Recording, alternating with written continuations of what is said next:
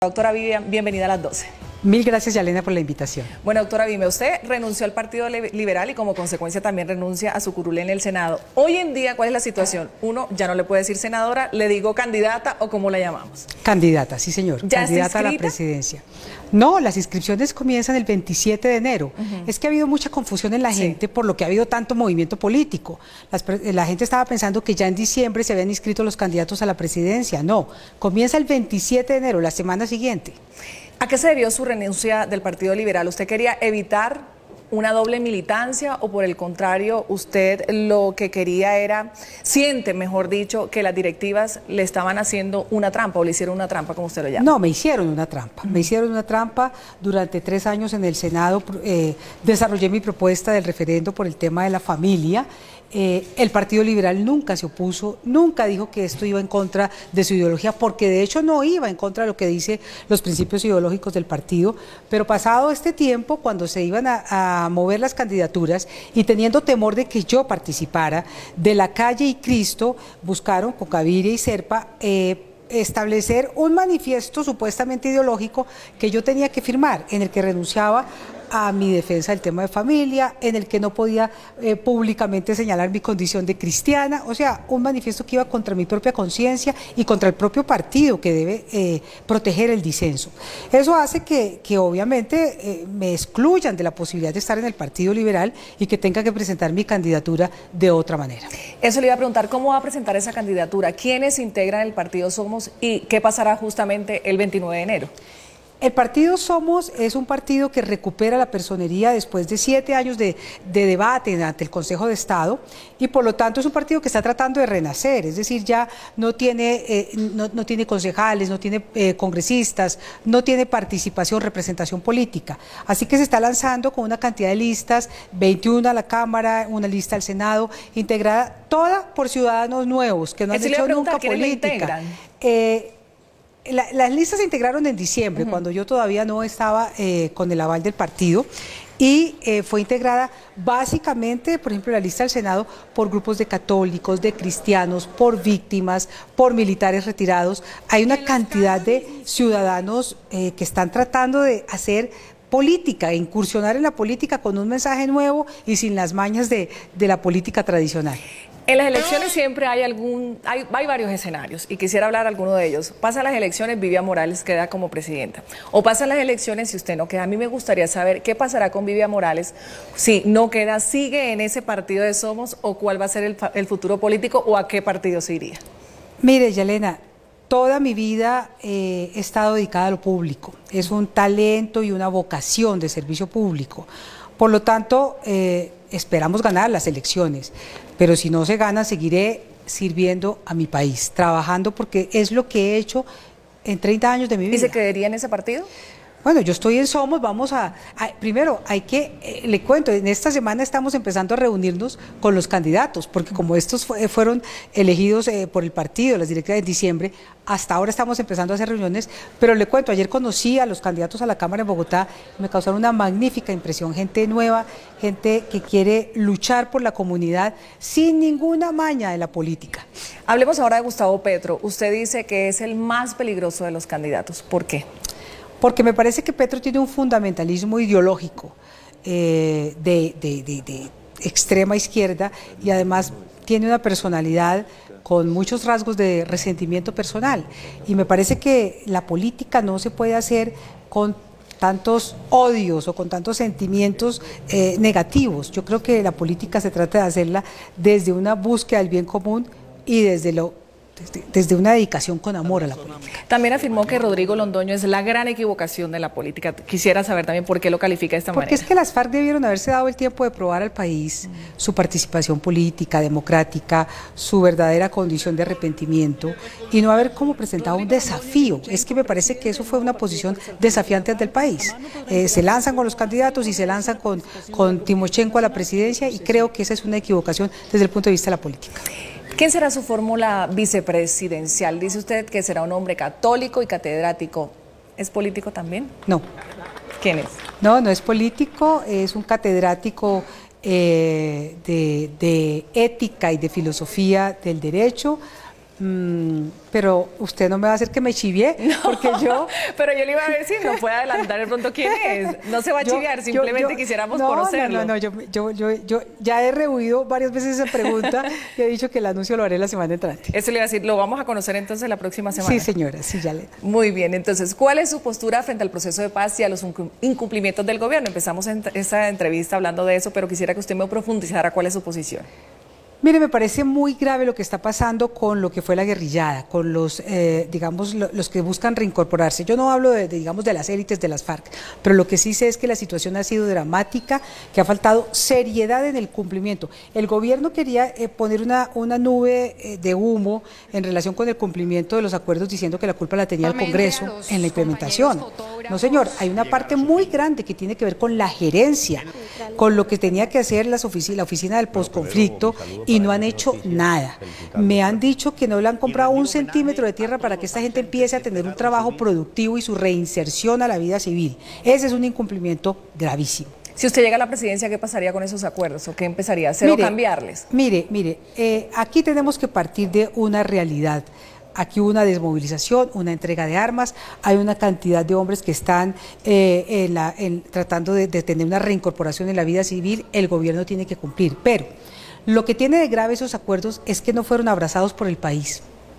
En general. ¿Por qué? Están viciados de una ilegitimidad debido a los resultados mismos del plebiscito y a la falta de grandeza del presidente Santos, que en ese momento debió haber buscado un salir adelante con el sector del no y haber cambiado algunos aspectos que podían haberse cambiado en ese momento.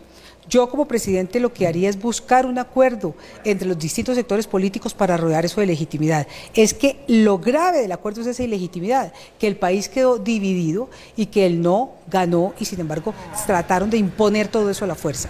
Solamente un gran consenso puede dotar de legitimidad y obviamente tendrán que mantenerse unos puntos esenciales, pero hay otra cantidad de puntos que no tenían por qué estar en el acuerdo, que no son fruto del acuerdo, pues. Usted ya tocaba ese tema cuando iniciamos la entrevista, doctora Vía Morales, y es de quiénes votarían por usted. Ya habló de los cristianos, que es un amplio grupo, pero ¿quiénes estarían siguiendo lo que usted está proponiendo? ¿Quiénes serían ese grupo que votaría por usted como Yalena, candidato? yo me lanzo como independiente. Yo no he querido estar en ninguna coalición porque yo creo que el país lo que está enfrentando hoy es un estado de emergencia moral, una catástrofe moral. Y yo creo que lo que quiero presentar al país es un liderazgo moral y que haya la conciencia de que eso es lo que tenemos que esa es la primera urgencia de nuestro país. ¿Usted cree que la moralidad del país se ha perdido? Por supuesto, toda la gente ve esta debacle de lo que nos ha venido pasando en los últimos años y sabe que en el telón de fondo lo que hay es una pérdida de valores en la vida pública. Por favor, es que todas las noticias de corrupción, lo de Reficar, 8 billones de pesos, un presidente de la Corte Suprema de Justicia tras las rejas, otro también enfrentando una investigación en la comisión de acusación. Lo que hay es una pérdida de valores y eso se ve en todos los niveles, en la economía, eso se trasluce. Entonces, los colombianos antes que pensar en las propuestas concretas sobre los temas, tenemos que pensar que tenemos que volver sobre el camino de los valores y de la ética pública, porque sin eso no podemos construir nada. Mire que en las redes sociales anda, no sé cuántos habrán recibido, a mí me llegó por WhatsApp que le llega a uno tanta cantidad de cosas. Decía no sé si era una anécdota, una historia de quien fue el fundador del álgebra. Él decía, ¿cuánto es el valor de una persona? Decía, si tiene ética, empezamos poniéndole 1. Si es inteligente ponemos un 0, si es bello ponemos otro 0, si ha tenido éxito le ponemos otro 0, o sea, ahí tendría 1000. Pero si pierde la ética, pierde 1. Y si pierde 1, pierde todo, porque toda esa cantidad de ceros, sin el 1, hace que pierda todo. Eso es lo que no puede perder un país. Usted dice que esta semana va a anunciar quién va a ser su fórmula vicepresidencial, pero en el abanico de candidatos hay candidatos que tienen más o menos esas ganas de restablecer la moral en nuestro país y uno de esos es Alejandro Ordóñez. ¿Usted consideraría de pronto, ya dijo que no va a ser político ni demás, pero consideraría a este como su fórmula vicepresidencial? Mire, con el doctor Alejandro Ordóñez tenemos identidades en temas de familia, sí, que ese es un eje fundamental en la sociedad, pero yo he tenido diferencias con él, o por lo menos no compartí la forma como se aferró a la Procuraduría. mayoría. Frente al tema de la demanda y esto se aferró de una manera que yo no lo hubiera hecho así, ni tampoco la manera como manejó la nómina. En la fiscalía, si por algo me sacaron a mí de la fiscalía, si por algo me declararon la nulidad de la elección, fue por ese mismo cartel de la toga, porque yo no les di puestos en la fiscalía, yo no ferié la fiscalía, yo no le di puesto a ningún magistrado de la Corte Suprema en la fiscalía. Aprovechando su visita, yo quisiera también, doctora Vivian Morales, que usted nos hablara sobre esa independencia de liderazgo de la que usted habla y que representa. ¿Qué significa esa independencia de liderazgo? Simplemente es la consecuencia de lo que yo he hecho en la vida pública. Yalena, yo nunca he hecho la política como se ha hecho, como está acostumbrado a hacerla, jamás con puestos, nunca me entregaron una entidad, ni la pedí ni me interesa para manejarla burocráticamente, jamás pedí partidas de cofinanciación, cupos indicativos o partidas regionales, que son los cupos del presupuesto que manejan los políticos a través de los alcaldes o a través de los municipios, y en los cuales siempre hay una corrupción y una cuota para los políticos. No la hice de esa manera, no la he hecho como la hacen por lo general los políticos y los partidos. Eso indica que he hecho una política de manera independiente, esa es mi identidad en la política y eso es lo que quiero mantener. Pero además le quiero decir, después de haber hecho este anuncio, encontré que la gente me decía, muy bien, siga por ahí, eso es lo que queremos ver. Además, que no nos sigan metiendo entre dos extremos en el cual la propuesta del uno es aniquilar al otro. Yo creo que los colombianos no queremos eso. Ya para finalizar, doctora Vivian, quisiéramos conocer qué presupuesto tiene para su campaña y de dónde están saliendo los recursos. Esa es otra de las características de mi independencia.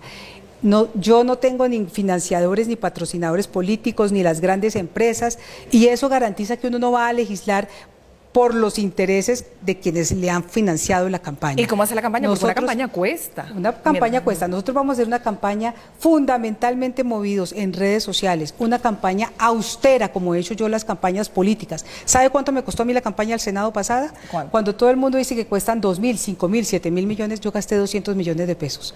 Pedí un préstamo al banco donde tengo mi cuenta y pagué con la reposición de votos. Así que en este momento estamos ante el mismo desafío y vamos a pedir simplemente la financiación de los voluntarios que quieran unirse con aportes pequeños, 50.000, 100.000, 200.000 pesos. Es lo que creo que puede garantizar que sí sea independiente. ¿Y cree que con eso sea suficiente, con esos aportes, hacer una campaña presidencial en Yo creo que tenemos miles de voluntarios que pienso van a empezar a llegar de manera natural a nutrir estas arcas y es que tenemos, es decir, el gran reto es derrotar lo que se ha hecho como siempre. Si yo me consigo un patrocinio de 5.000 millones y otro de 10.000 millones, pues pasa lo de Odebrecht, que después llegan a pedir los contratos de la nación y los contratos en lugar de definir en la política por los intereses del bien público, la definimos por los intereses de los que nos financian.